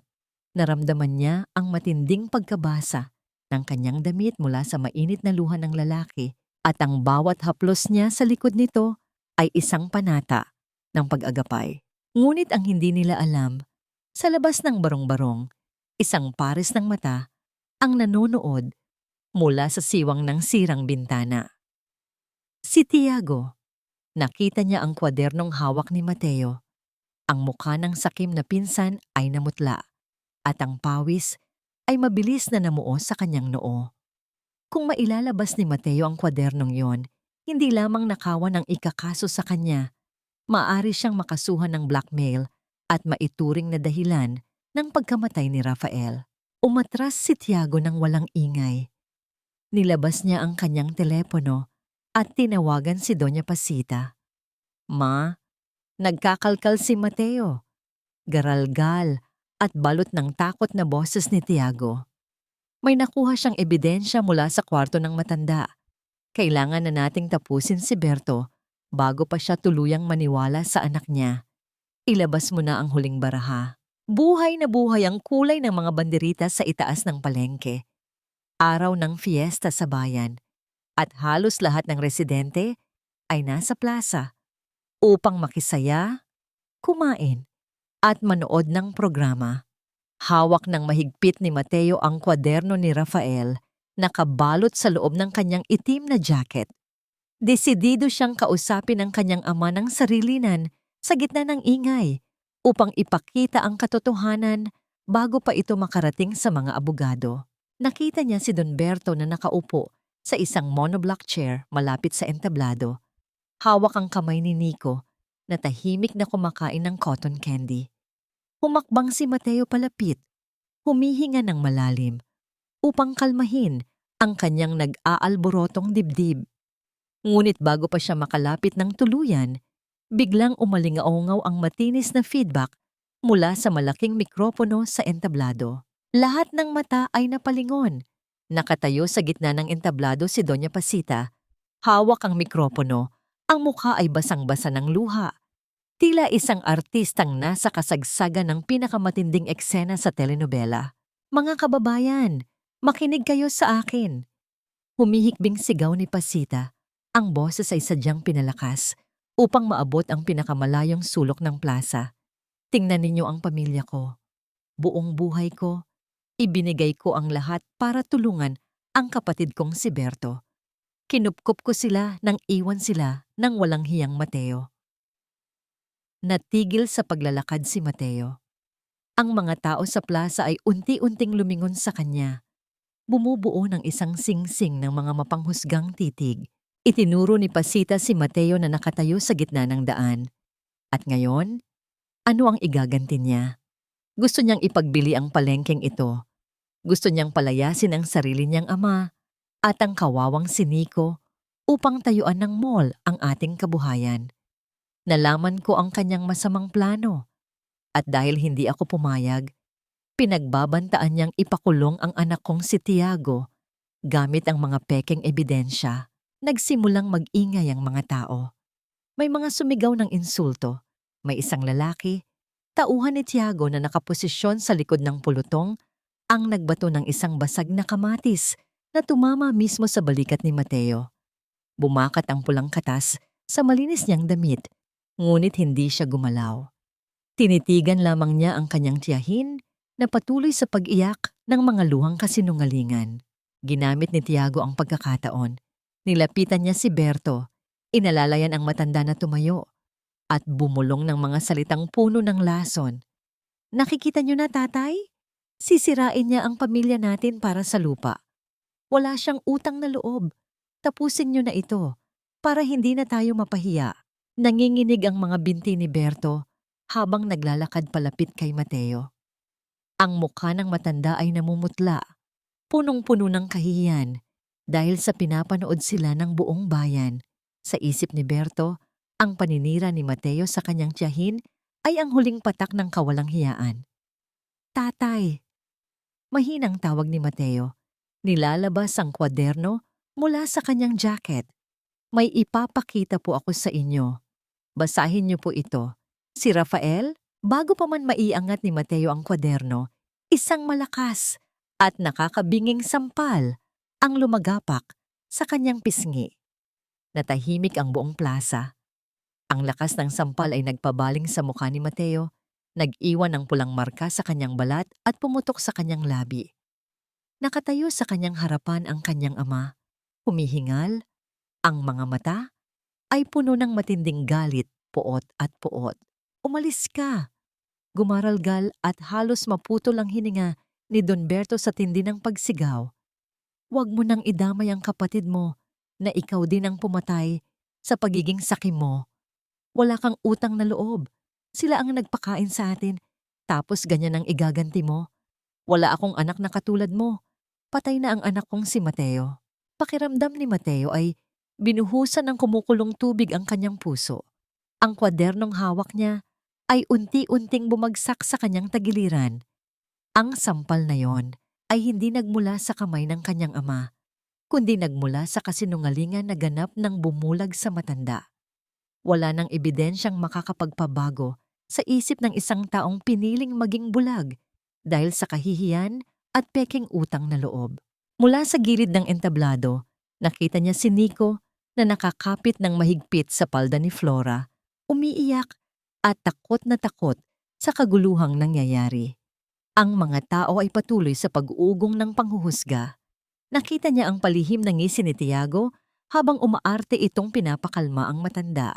Tahimik na pinunasan ni Mateo ang dugo sa kanyang labi. Gamit ang likod ng kanyang kamay, ibinalik niya ang kwaderno sa loob ng kanyang jacket. Walang salitang lumabas sa kanyang bibig. Tinalikuran niya ang entablado, ang mga tao at ang kanyang pamilya at mabagal na naglakad palayo habang unti-unting pumapatak ang malamig na ulan. Ngunit bago siya tuluyang makalayo sa anino ng mga puno, sa isang madilim na sulok kung saan hindi umaabot ang ilaw ng plaza, isang binata ang nakatayo, nakatago ang mukha sa ilalim ng sombrero at tahimik na inilulunsad ang pag-record ng video sa kanyang telepono. Nakuha ng binata ang bawat galaw ni Pasita at ang palihim na pagngisi ni Tiago. Malamig ang kwarto. Tanging ang tunog ng ulan na humahampas sa bubong ng lumang guest house ang bumabasag sa nakabibinging katahimikan. Nakaupo si Mateo sa gilid ng kama. Ang kanyang mga gamit ay maayos ng nakasalansan sa loob ng itim na maleta. Ang kanyang mukha, bagaman may marka pa rin ng sampal, ay walang mababakas na emosyon. Ito ang mukha ng isang taong tuluyan ng sumuko. Kung hindi siya kailangan ng kanyang ama, kung ang tingin sa kanya ng lahat ay isang halimaw na sumisira ng pamilya, para saan pa ang paglaban niya? Baka nga tama si Tiago. Baka mas makabubuti kung umuwi na lamang siya sa Maynila, magpadala ng mas malaking pera, at kalimutan na may naiwan pa siyang buhay sa bayang ito. Tumayo siya upang kunin ang kanyang jacket nang biglang umalingaw-ngaw ang tatlong mahihinang katok sa pinto. Nang buksan niya ito, bumungad sa kanya ang basang-basang figura ni Flora. Nakasuot ang guro ng manipis na kapote na hindi kinayang salagin ang lakas ng bagyo. Sa kanyang mga kamay, mahigpit niyang yakap ang isang mainit na thermos na pilit niyang pinoprotektahan mula sa ulan. Hindi nagtanong si Mateo kung bakit siya naroon. Pinapasok niya ang guro at inabutan ng malinis na tuwalya.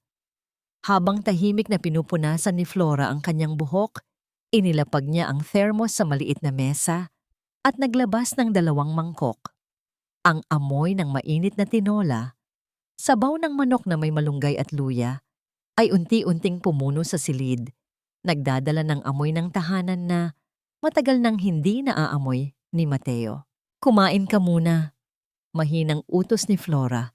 Iniuusog ang isang mangkok patungo kay Mateo. Tiningnan ni Mateo ang sabaw at pagkatapos ay ang maleta sa kanyang tabi. Hindi na kailangan, Flora. Aalis na rin ako mamayang madaling araw. Panalo na sila. Nakuha na ni Tiago ang gusto niya. Natigil si Flora sa paghahalo ng kanyang sabaw. Dahan-dahan niyang ibinaba ang sandok. Lumapit siya kay Mateo at tinitigan ng lalaki, hindi nang huhusga, kundi may matinding pagkabigo. Kung aalis ka ngayon, Mateo, hindi lang sila ang nanalo. Seryosong wika ni Flora, ang kanyang boses ay tila manipis na karayom na tumutusok sa nakamamanhid na lamig sa isip ni Mateo. Kung aalis ka, ipapanalo mo ang kasinungalingan ni Doña Pasita. At mas malala, papatayin mo si Rafael ng 2 beses. Hahayaan mong mabaon ang kanyang sakripisyo sa putik kasama ng pera mo. Napapikit si Mateo. Mariing kinagat ang kanyang labi. Ang pangalan ni Rafael ay nagdulot ng panibagong hapdi. Nakita mo ang nangyari, Flora. Halos mabasag ang boses ni Mateo nang magsalita siya. Tinawag akong mamatay tao ng sarili kong ama. Pinili niyang paniwalaan ang mga taong nagnakaw sa amin kaysa sa sarili niyang kadugo. Anong laban ko sa utang na loob na ibinaon nila sa utak niya? Umiling si Flora. Sa halip na sumagot ng panibagong argumento, itinaas niya ang kanyang kamay at dahan-dahang pinunasan ang luha na hindi na malayang tumutulo na pala mula sa mga mata ni Mateo. Ang init ng kanyang palad sa malamig na pisngi ng lalaki ay isang malinaw na mensahe. Hindi ka nag-iisa. Ang utang na loob ay isang ilusyon kapag ginagamit upang mangalipin. Malamig ngunit matatag na sagot ni Flora. Hindi mo kailangang kalabanin ang ama mo. Kailangan mo siyang iligtas mula sa sarili niyang kahihiyan. Natatakot lamang siya dahil inakala niyang wala siyang silbi noong pinabayaan mo sila. Ipakita mo na nandito ka ngayon at hindi ka na muling aalis. Tinitigan ni Mateo ang mga mata ni Flora. Walang hinihinging kapalit ang babaeng ito, kundi ang makitang buong muli ang kanyang pamilya. Unti-unti, ang malamig at madilim na hukay sa kanyang dibdib ay napuno ng isang mainit at nag-aalab na liwanag. Hindi pa tapos ang laban. Ang labanang ito ay hindi tungkol sa kung sino ang mas mayaman o mas maingay. Ito ay tungkol sa pagpapanumbalik ng katotohanan. Hinawakan ni Mateo ang kamay ni Flora na nakadampi sa kanyang pisngi. Mahigpit niya itong kinapitan na tila ito ang nag-iisang lubid na pumipigil sa kanya sa pagkahulog. Tulungan mo ako, Flora. Ipapabagsak natin sila ng tama. Isang payapang ngiti ang sumilay sa mga labi ng guro. Bago pa sila makapagsalita muli, umilaw at nag-vibrate ang telepono ni Mateo sa mesa. Isang tawag mula sa kanyang abogado sa Maynila. Sinagot ni Mateo ang tawag at habang nakikinig siya, unti-unting nagbago ang kanyang ekspresyon mula sa pag-asa patungo sa matalim na pagpapasya. Nakuha na natin ang order mula sa korte, sabi ni Mateo kay Flora matapos ibaba ang linya.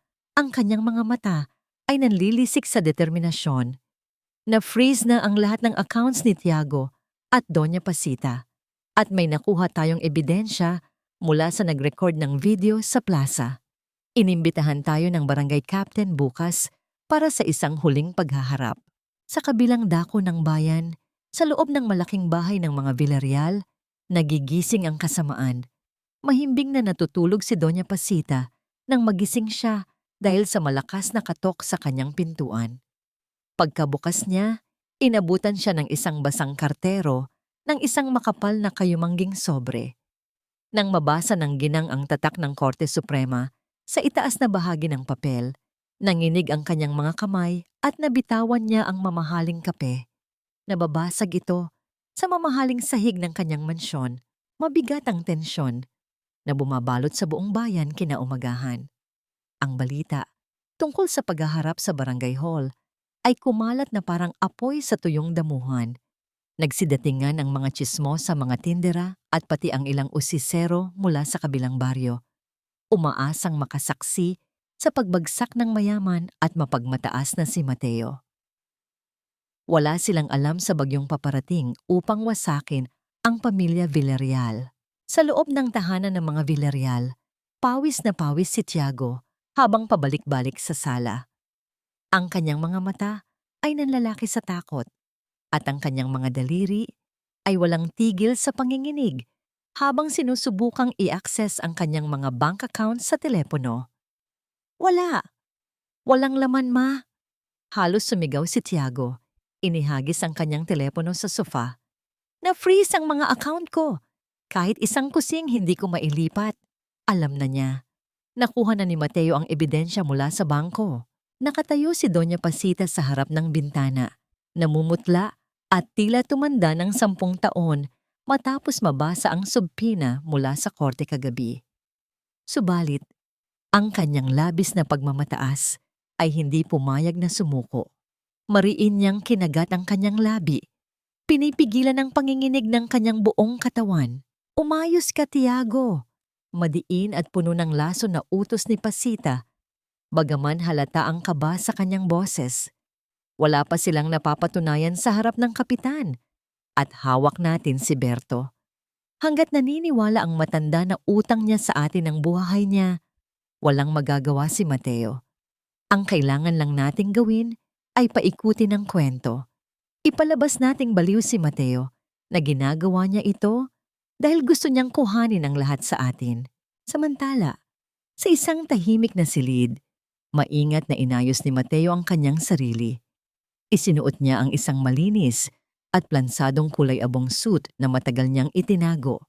Ito ang kanyang baluti. Haharapin niya ang mga ahas hindi bilang isang kaawa-awang biktima, kundi bilang isang buo at matapang na tagapagtanggol ng kanyang pamilya. Habang tinititigan ni Mateo ang kanyang sarili sa salamin, pumasok si Flora sa kwarto, may dalang isang maliit na puting kahon. Walang salitang inilabas ni Flora ang isang malinis at plansadong panyo mula rito at maingat itong itinupi at inilagay sa bulsa ng dibdib ng suit ni Mateo. Para sa mga luha na hindi mo dapat itago at para sa panalong hindi mo dapat ikahiya. Mahinang wika ni Flora, isang banayad na ngiti ang nakaguhit sa kanyang mga labi. Hinawakan ni Mateo ang kamay ni Flora na naglagay ng panyo.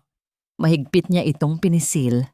Ang simpleng ugnayan nilang iyon ay sapat na upang bigyan si Mateo ng lakas ng 100 hukbo. Sabay silang naglakad patungo sa barangay hall. Habang naglalakad, naramdaman ni Mateo ang matatalim na tingin ng mga tao, ang mga bulong-bulungan na pumupuna sa kanyang kawalang hiyaan.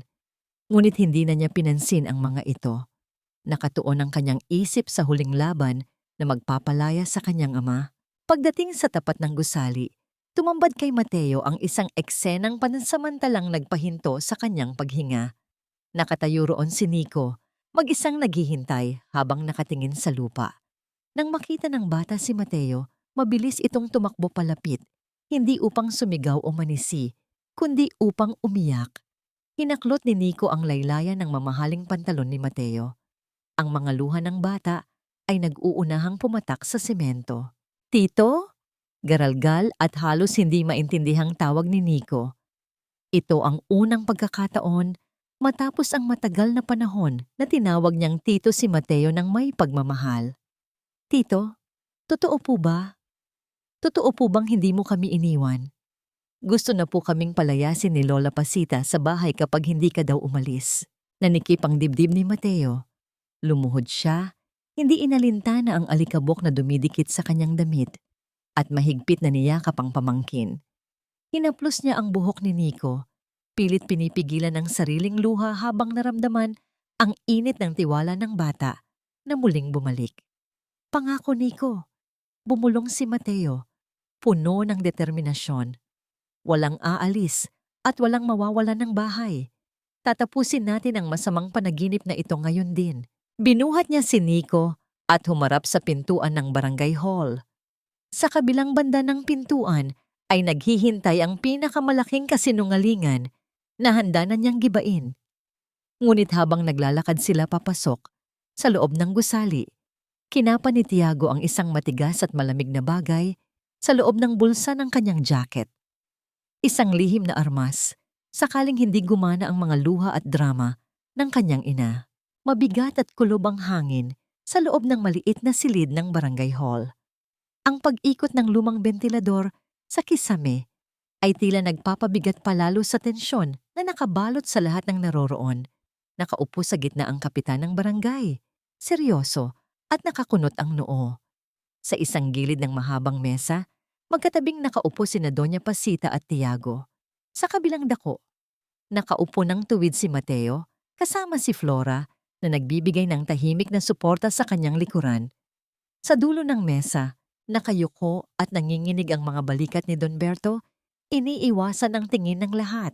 Nagsimula ang pagpupulong. Walang sinayang na oras si Doña Pasita. Agad niyang inilabas ang kanyang pinakamabisang sandata. Ang mga luha at ang pagkukunwari bilang biktima. Kapitan. Panimula ni Pasita. Ang boses ay nanginginig sa artipisyal na sakit. Kumuha siya ng panyo at pinunasan ang mga matang pinilit-pilitang paluhain. Tingnan mo ang nangyari sa pamilya namin. Binuksan namin ang aming tahanan para sa kawawang si Berto at sa apo niya noong tinalikuran sila ng lalaking ito. Ginugol namin ang aming sariling pera para pakainin sila. At ngayon, ano ang gusto niyang gawin? Ipakulong ang anak kong si Tiago sa mga gawa-gawang kaso para makuha niya ang lupa ko at makapagpatayo ng mall. Ito ba ang kabayaran sa aming kabutihan? Tumingin si Tiago kay Berto. Ang mga mata ay nanlilisik, ngunit ang boses ay nagmamakaawa. Tatay Berto, sabihin mo sa kanila, hindi ba kami ang nag-aruga sa inyo nang magkasakit kayo? Kung hindi dahil sa akin, nabulok na kayo ng apo mo sa gutom. Tapos ngayon, papayagan mong ipakulong ako ng anak mong walang utang na loob. Napaigtad si Don Berto. Ang mga salitang utang na loob at nabulok sa gutom ay tila mga kadenang mahigpit na nakapulupot sa kanyang leeg. Pinipigilan siyang huminga at mag-isip ng malinaw. Tumingin siya kay Mateo nang may halong takot, kahihiyan at galit bago muling ibinaling ang paningin sa sahig. Totoo, garalgal na bulong ni Don Berto. Sila ang nagbuhay sa amin. Huwag mo na silang guluhin, Mateo. Huwag mo kaming ipahiya pa. Nagliwanag ang mukha ni Pasita, isang tagumpay. Akala niya ay nakuha na niya ang simpatiya ng kapitan. Tumingin ang kapitan kay Mateo, naghihintay ng sagot. Mr. Alvarado, narinig mo ang iyong ama. Gusto na niyang iatras ang anumang reklamo mo. Gusto mo pa bang ituloy ito? Walang kakurap-kurap si Mateo. Nananatili siyang kalmado, malamig ang tindig, hindi natitinag sa drama na nagaganap. Bahagyang isinandal niya ang kanyang likod sa upuan at ipinatong ang kanyang mga kamay sa mesa. Tahimik at matiyaga. Hahayaan niyang ilabas nila ang lahat ng lason bago niya ito ipainom pabalik sa kanila. Tapos na ba kayong magsinungaling, Tia Pasita? Malamig ngunit matalim na tanong ni Mateo. Ang kanyang boses ay tila yelo na nakapaso sa mga tainga ng kanyang mga kalaban. Kumunot ang noo ni Pasita. Umaaktong nasasaktan. Ayan, tingnan niyo, Kapitan. Ganyan niya kami lapastanganin. Sa isang mabilis at hindi inaasahang kilos, inilabas ni Mateo ang isang makapal na pulang folder mula sa kanyang itim na briefcase. Mahigpit niya itong hinawakan sa ere bago pabagsak at malakas na inilapag sa gitna ng mesa. Ang tunog ng paghampas ng folder ay umalingaw-ngaw sa buong silid, dahilan upang mapaatras sa gulat sina Tiago at Pasita. Paliwanag mo to, Tiago! Matigas at nag-uutos na utos ni Mateo. Tumingin ang kapitan sa nilalaman ng folder. Ang mga mata nito ay nanlaki sa pagkagulat. Kinuha ng kapitan ang unang papel at sinimulang basahin ng malakas.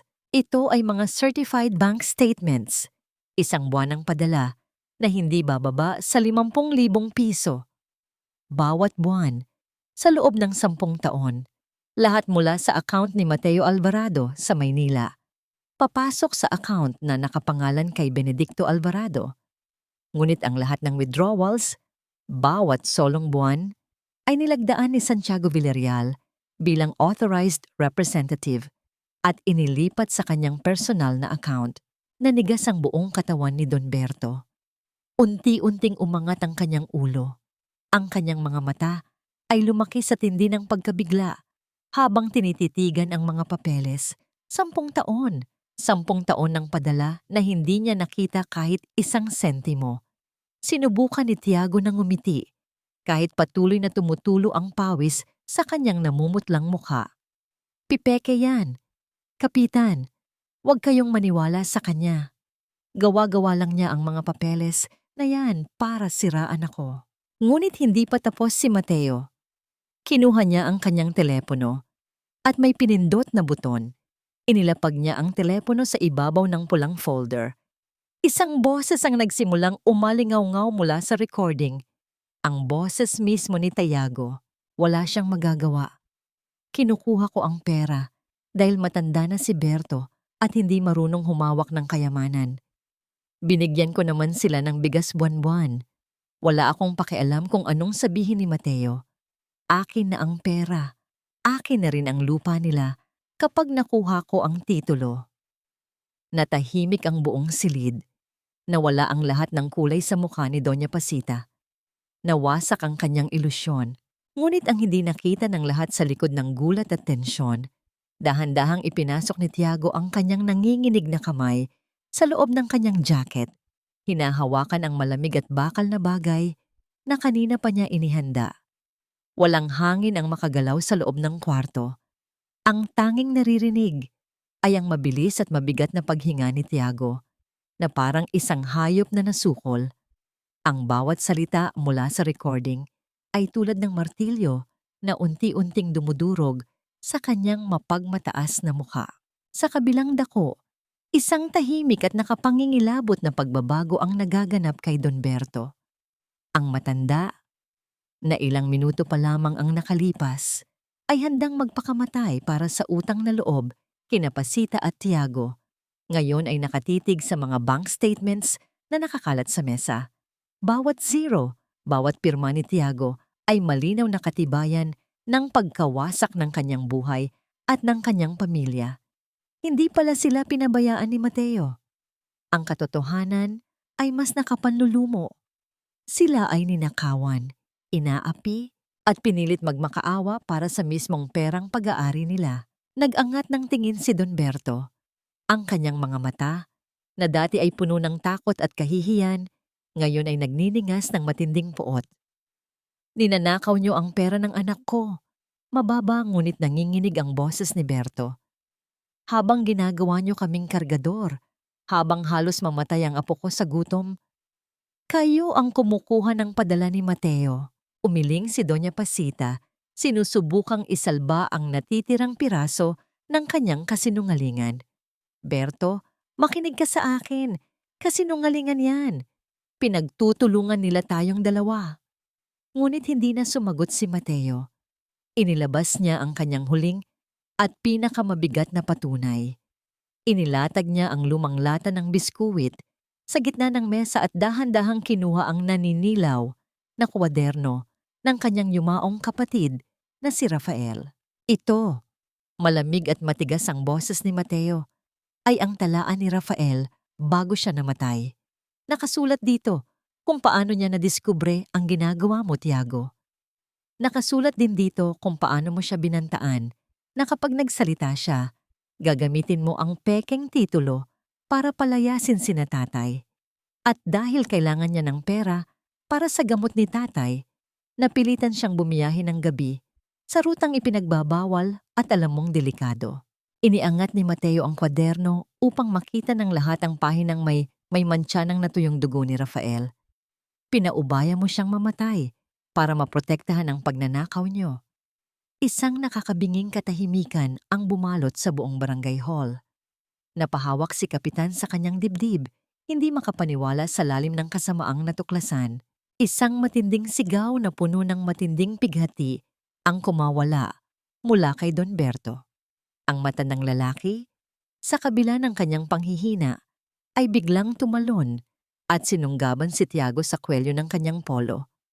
Ang lakas na yon ay hindi nagmula sa kanyang katawan, kundi sa galit ng isang ama na nawalan ng anak nang dahil sa kasakiman ng iba. Pinatay mo ang anak ko! Pinatay mo si Rafael! Paulit-ulit na gumaralgal ang sigaw ni Berto habang pilit niyang inuuga ang natakot na si Tiago.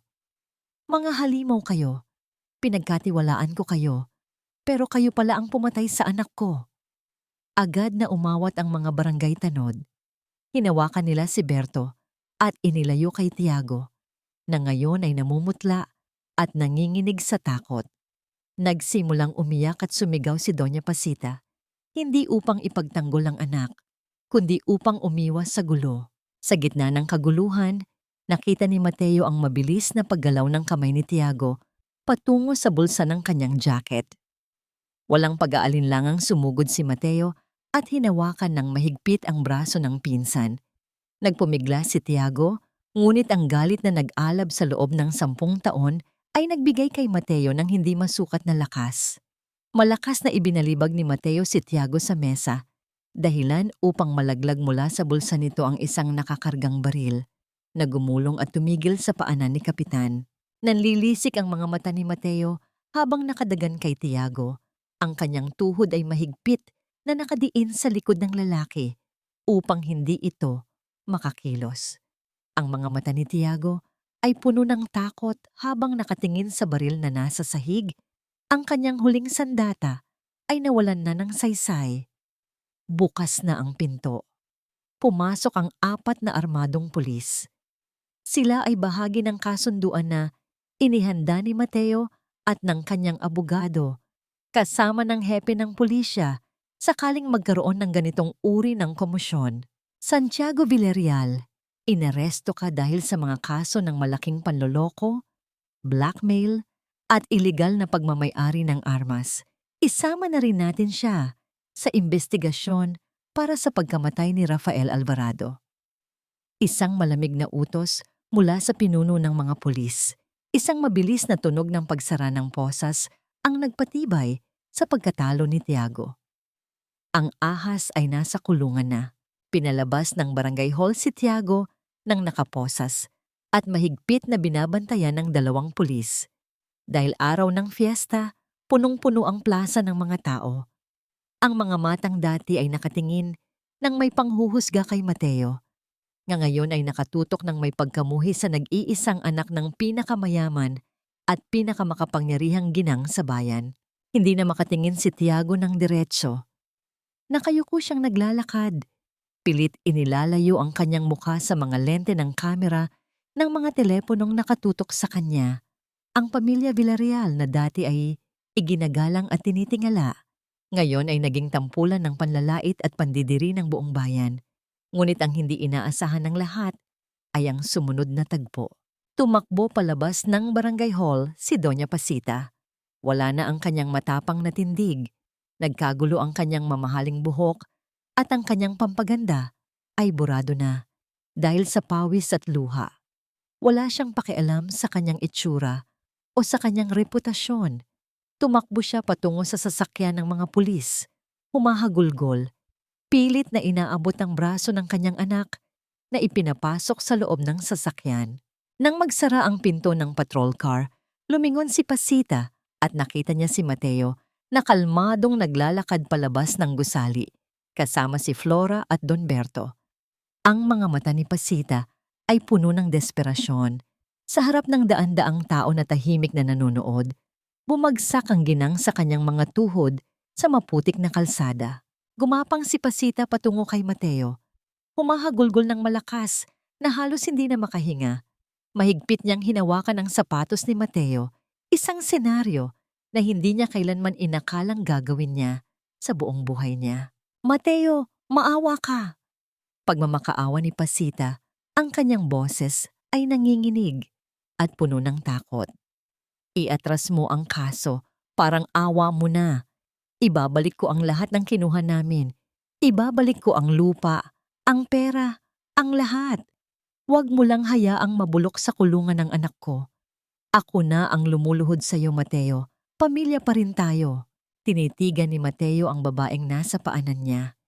Ito ang babaeng umangkin sa perang ipinapadala niya. Ito ang babaeng umalipin sa kanyang ama. Ito ang babaeng hinayaan na mamatay ang kapatid niya dahil sa pagnanakaw. Walang emosyon ang mukha ni Mateo. Hindi siya nakaramdam ng pagmamalaki sa pagluhod ng kanyang kalaban. Tanging malamig at matigas na paninindigan lamang. Dahan-dahan niyang inalis ang pagkakakapit ng mga kamay ni Pasita sa kanyang sapatos. Hindi pera ang hinihingi kong bayad, tiya. Malamig at mabigat na wika ni Mateo. Sapat ang lakas para marinig ng mga nasa paligid. Ang kinuha ninyo ay hindi lamang kayamanan. Kinuha ninyo ang 10 taon ng pagiging ama sa akin. Kinuha ninyo ang buhay ni Rafael. At muntik na ninyong makuha pati ang kinabukasan ni Nico. Humakbang paatras si Mateo. Hindi na tayo pamilya. Pagbayaran ninyo sa batas ang bawat kasalanang ginawa ninyo. Tuluyang bumagsak ang mukha ni Pasita sa maputik na kalsada. Nawala na ang lahat sa kanya, ang kanyang anak, ang kanyang pera na nasa ilalim ng pag-imbestiga. At ang pinakamahalaga sa kanya, ang kanyang dangal, hiya. Ang mga tsismosa na dati ay kaibigan niya ay ngayon ay unti-unting lumalayo. Nandidiring tingnan ang nag-iisang donya na nagpagapang sa sariling pamilya. Habang umaalis ang sasakyan ng mga pulis at habang naiwan si Pasita na umiiyak sa putik, lumingon si Mateo sa kanyang likuran. Nakaupo sa isang sementadong upuan si Don Berto. Nakayuko ang matanda, umiiyak ng walang tunog. Nanginginig ang kanyang mga balikat. Ito ay hindi lamang iyak ng pagkawala ng isang anak na si Rafael, kundi isang napakalalim at matinding pagsisisi. Dahil sa takot at sa maling paniniwala sa utang na loob, hinayaan niyang masira ang kanyang pamilya. Itinaboy niya ang sariling anak na gumagawa ng lahat upang buhayin sila. Marahang naglakad si Mateo patungo sa kanyang ama. Hindi siya nagsalita. Lumuhod siya sa harap ng matanda, sa parehong posisyon na ginawa ni Pasita kanina, ngunit may ibang layunin. Kinuha ni Mateo ang magaspang, sugatan, at punong-puno ng kalyo ng mga kamay ng kanyang ama. Ipinatong niya ang kanyang sariling mukha sa ibabaw ng mga palad na ito. Isang tanda ng lubos na pagpapakumbaba at walang hanggang paggalang. Naramdaman ni Mateo ang maiinit na patak ng luha ng kanyang ama na bumabagsak sa kanyang buhok.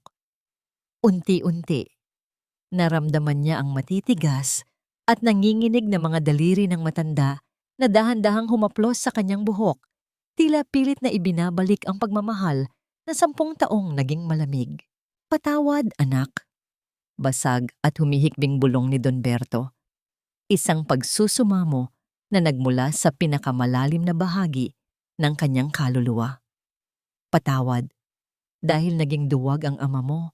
Patawad dahil hindi ako naniwala sa'yo. Hindi sumagot si Mateo gamit ang mga salita. Sa halip, inangat niya ang kanyang ulo at mahigpit na niyakap ang nanginginig na katawan ng matanda. Sa pagyakap na yon, lahat ng galit, sakit at paghihirap na ipinaglaban ni Mateo sa loob ng 10 taon ay unti-unting nawala. Napalitan ito ng init ng isang tahanan na matagal na niyang inakalang tuluyan ng gumuho. Mula sa dikalayuan, pinapanood sila ni na Flora at Nico. Tahimik na hinawakan ng bata ang kamay ng guro.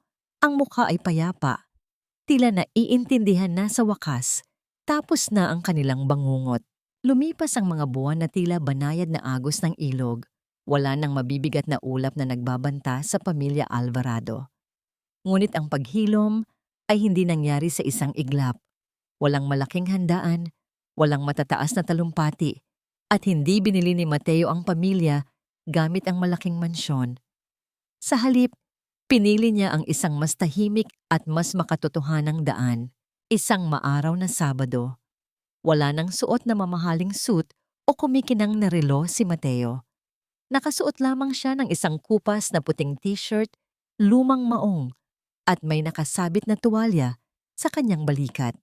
Kasalukuyan siyang nakatungtong sa isang kahoy na hagdan, martilyo ang hawak, maingat na pinapako ang mga bagong yero sa bubong ng lumang bahay ng kanyang ama. Hindi siya kumuha ng kontratista. Gusto niyang itayo muli ang kanilang bahay gamit ang kanyang sariling pawis. Mula sa ibaba, tahimik na nakatingin si Don Berto. Wala na ang kaba at kahihiyan sa mga mata ng matanda. Ngunit mayroon pa ring malalim na pag-iingat. Isang pakiramdam ng isang taong iniligtas, ngunit natatakot pa ring magkamali.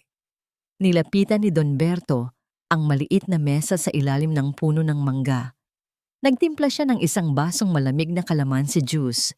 Nanginginig pa rin ng kaunti ang kanyang mga kamay habang maingat niyang inilalakad ito patungo sa hagdan kung saan naroon si Mateo. Magpahinga ka muna, Mateo. Tirik na ang araw. Mahinang alok ni Don Berto. Iniaabot ang baso. Bumaba si Mateo, tinanggap ang malamig na inumin at tiningnan ang kanyang ama nang may ngiti na umaabot sa kanyang mga mata. Wala nang harang, wala nang pagpapanggap. Ang simpleng pag-aboy ng matanda ng inumin ay isang tahimik na pangako ng pagmamahal na mas matibay pa sa anumang pirma sa tseke. Samantala, sa isang lumang gusali, malapit sa palengke, binuksan ni Flora ang mga pinto ng isang bagong silid-aklatan at learning center para sa mga bata. Sa itaas ng pinto, may isang simpleng karatula na nakasulat, Rafael Alvarado Foundation. Walang mukha ni Mateo, walang malalaking pangalan ng politiko. Isang tahimik na parangal para sa kapatid na nagbuwis ng buhay para sa pamilya. Hindi na muling mamumulot ng barya sa putik ang mga bata sa palengke. Papalubog na ang araw nang magdesisyon si Mateo na umupo sa bagong gawang balkonahe. Ang kulay kahel na kalangitan ay nagbigay ng isang mainit at payapang liwanag sa paligid. Mula sa kalsada, naglalakad palapit si Flora. May dalang isang maliit na basket ng mainit na pandesal. Pag-akyat ni Flora sa balkonahe, naupo siya sa tabi ni Mateo. Ang espasyo sa pagitan nila ay hindi na puno ng kaba o pagdududa. Mayroon ng kapanatagan. Balita ko tinanggihan mo ang alok na bumalik bilang CEO sa main office sa Maynila. Panimula ni Flora, ang boses ay malambing at puno ng pahiwatig. Tumingin si Mateo sa malayo, pinagmamasdan ng mga bata na naghahabulan sa kalsada.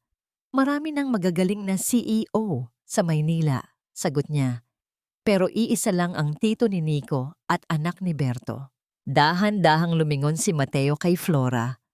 Ang hangin ng hapon ay banayad na tinatangay ang ilang hibla ng buhok ng guro.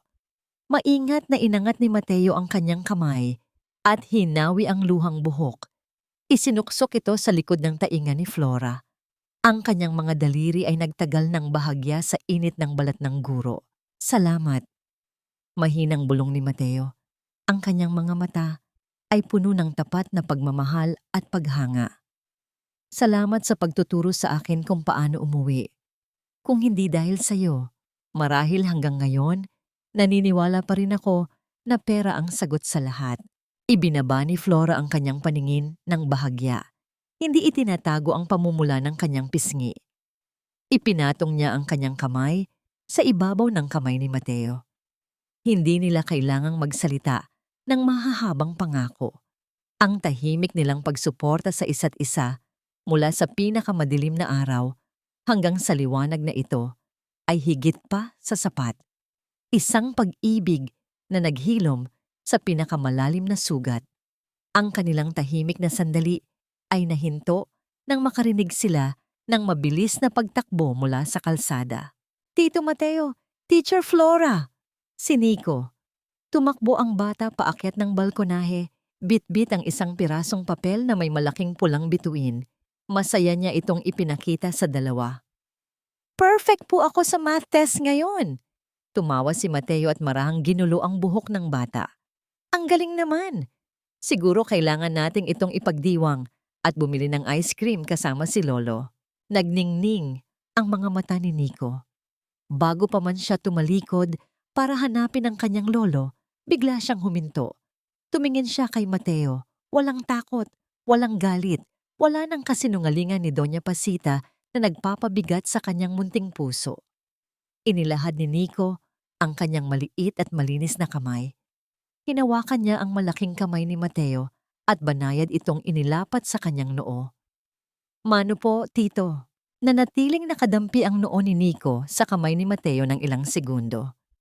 Sa simpleng kilos na yon, ang pagmamano, ang pinakadakilang simbolo ng paggalang at pagtanggap.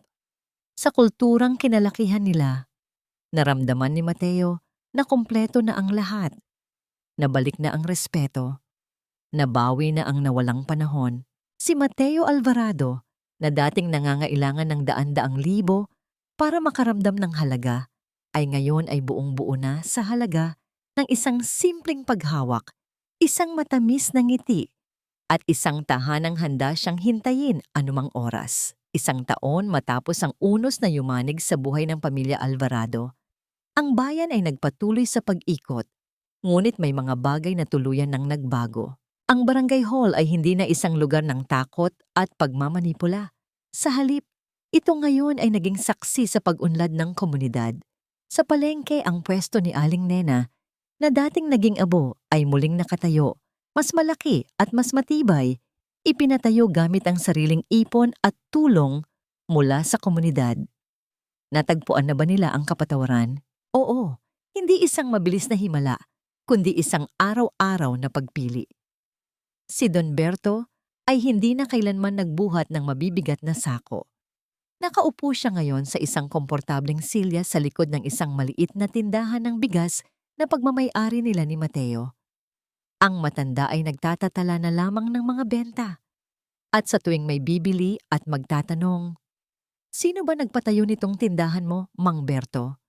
Ang dati niyang nakayukong ulo ay taas noong sumasagot, "Ang anak kong si Mateo, ang inhinyero ko." Ang pagpapatawad ni Berto ay hindi para kay Mateo, kundi para sa kanyang sarili. Pinatawad niya ang kanyang sarili sa pagiging bulag sa mahabang panahon. Sa kabilang banda, si Doña Pasita ay tuluyan ng nawala sa mapa ng lipunan. Ipinagbili niya ang kanyang lupa upang bayaran ang mga abogado ni Tiago, ngunit hindi nito naiwasan ng batas. Si Tiago ay kasalukuyang binubuno ang mahabang taon sa kulungan. Si Pasita ay lumipat sa isang malayong probinsya na bubuhay sa kahihiyan at pag-iisa. Wala ng utang na loob na magagamit. Wala ng taong maloloko. Ang kanyang kayabangan ang mismong lumunok sa kanya. Natagpuan ba nila ang kapayapaan? Tunay na kapayapaan. Si Nico ay hindi na ang batang nagtatago sa anino ng kanyang lolo. Siya ngayon ay malusog, matalino, at tumatakbo ng malaya sa palaruan. Alam na mayroon siyang pamilyang babalikan, isang lolo na nagmamahal sa kanya, isang tito na pumuprotekta sa kanya, at isang tita Flora na nag-aalaga sa kanya. Si Mateo at Flora ay hindi nagpakasal, sa isang marangyang simbahan sa Maynila. Isang simpleng seremonya lamang sa kapilya ng bayan, saksi ang mga taong tunay na mahalaga sa kanila. Ipinagpalit ni Mateo ang malamig na upuan ng boardroom sa Maynila para sa isang maliit na kumpanya ng transportasyon sa kanilang probinsya. Siya na ngayon ang gumagawa ng mga rutang ligtas na hindi na kailanman mag-iiwan ng mga naulila tulad ng nangyari kay Rafael. Anong aral ang naiwan? Ang totoong pamilya ay hindi nabibili ng halaga sa bangko. Ang pera ay makakabili ng gamot, ngunit hindi ng pagmamahal. Makakabili ito ng bahay, ngunit hindi ng tahanan.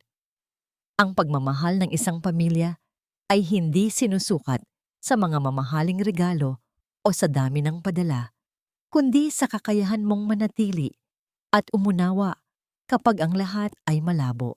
At ang tunay na utang na loob ay hindi isang kadena na ginagamit para umalipin at manumbat. Ito ay isang bulaklak na kusang namumukadkad sa puso ng taong nakaramdam ng tunay na kabutihan. Habang pinagmamasdan ni Mateo ang kanyang asawa na nagbabasa ng libro kay Nico sa ilalim ng puno ng mangga, at habang nakikinig siya sa mahinang tawa ng kanyang amang si Don Berto, isang tahimik na panalangin ng pasasalamat ang kanyang inialay. Ang bagyo ay nag-iwan ng malalim na sugat, ngunit ang sugat na yon ang naging daan upang mahanap nila ang isa't isa at hindi na muling magkakalayo.